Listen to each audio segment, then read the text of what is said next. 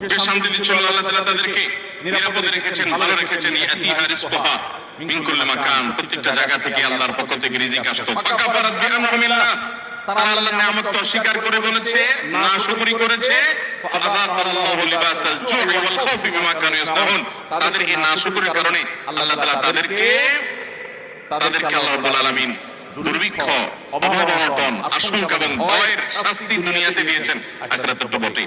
অনেক মানুষ আছে দেখবেন নাশকরি করে। আপনি অনেক উপকার করেছেন, বলবেন না আমি কিছুই তো পাই নাই, আমি নিজে নিজে করেছি। এই নাশকর ঠিকই এক সময় বিপর্যস্ত হবে এবং বিপদগ্রস্ত হবে, এবং যে নিয়ামত পেয়ে সে নাশকরি করেছে, এই নিয়ামত আল্লাহ তার কাছ থেকে ছিনিয়ে নেবেন, আজ হোক আর দুদিন পরে হোক।